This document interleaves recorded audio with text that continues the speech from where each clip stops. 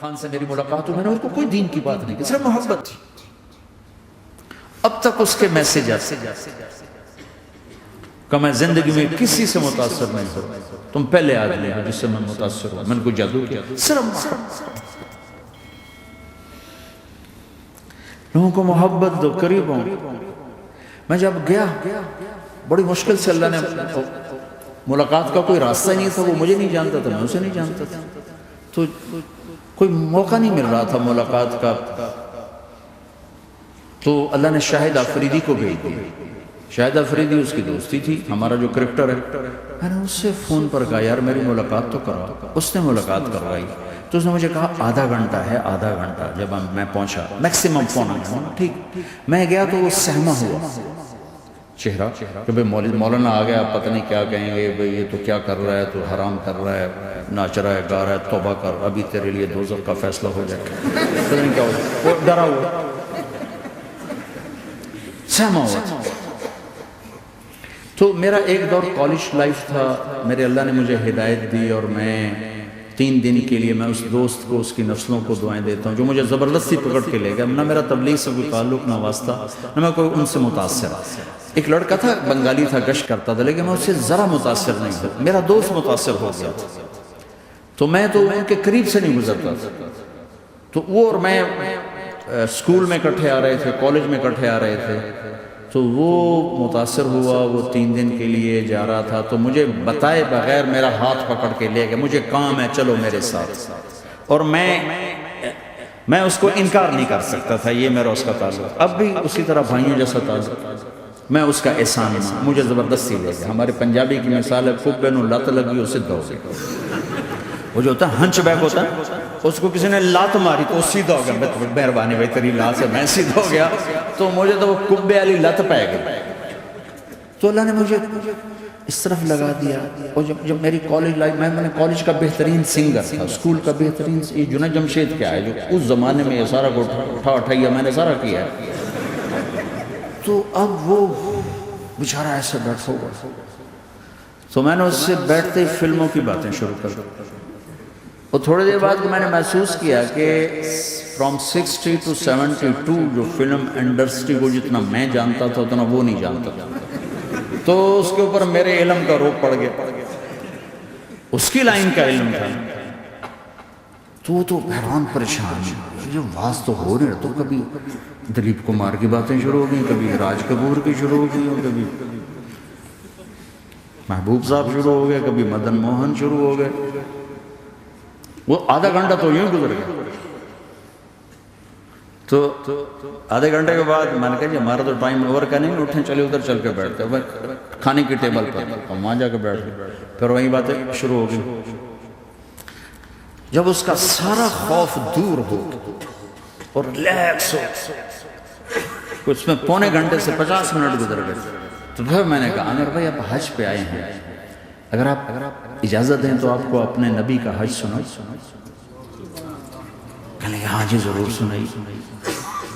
پھر میں 1.25 گھنٹہ بولتا رہا، اور وہ ایسے کر کے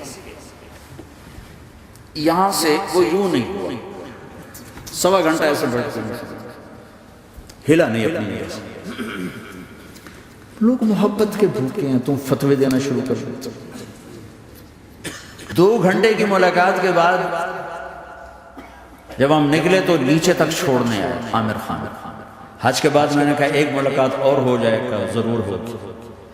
پھر اس کا میسج آیا کہ میں مدینے چلا گیا ہوں، معذرت چاہتا ہوں۔ میں نے کہا میں مدینے آ جاؤں گا، میں مدینے پہلے ہو آیا تھا حج سے پہلے۔ تو اس نے کہا کہ آپ 14 تاریخ کو آ جائیں، 4 سے 6 کا ٹائم میں نے آپ کے لیے رکھا۔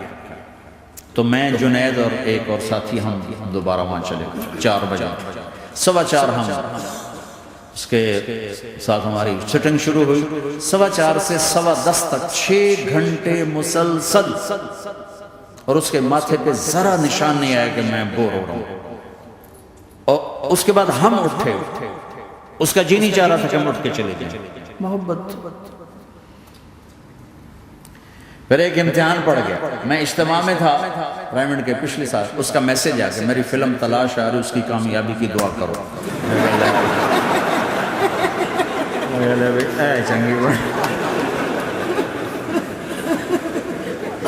میں کہا اب کیا کروں؟ جواب دینا بھی ضروری، دعا بھی نہیں ہو سکتی، کیا کروں؟ تو جب وہ میسج آیا تو میرے سامنے 10-12 علماء بیٹھے تھے. میں نے کہا بھائی یہ میسج ہے، اس کا جواب دو. کہا جی یہ ہمارا فیلڈ نہیں تمہارا ہے، تو ہی جواب دے. میں سارا دن سوچتا رہا، مجھے کوئی جواب سمجھ میں نہیں آیا کہ جان بھی بچ جائے، جواب بھی چلا جائے. پھر اگلا دن بھی گزر گیا، مجھے کچھ سمجھ میں نہیں آیا. میں عصر کا وضو کر رہا تھا، ایک دم اللہ نے ایک مضمون دل میں ڈالا.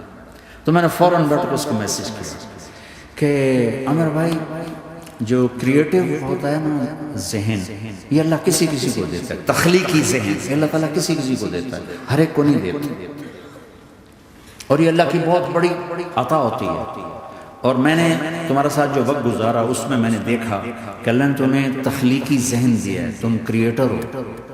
اور جو لوگ اس ٹائپ کے ہوتے ہیں وہ کامیابی ناکامی کی پرواہ نہیں کرتے، وہ اپنے کام سے کام رکھتے ہیں.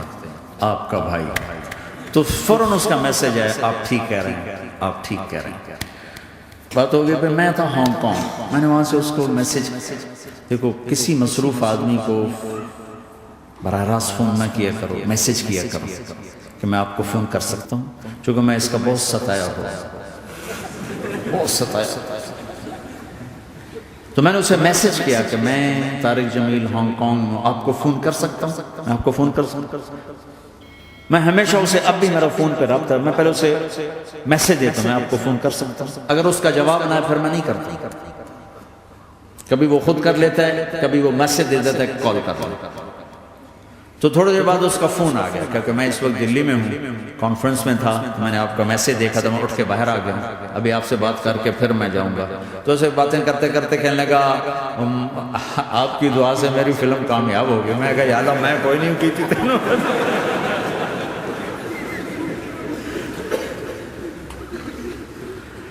بھائیو محبتیں بانٹو، نفرتیں تو پہلے ہی بہت پھیل چکی. نشہ پلا کے گرانا تو سب کو آتا ہے، مزہ تو تب ہے کہ گرتے کو تھام لے ساتھ.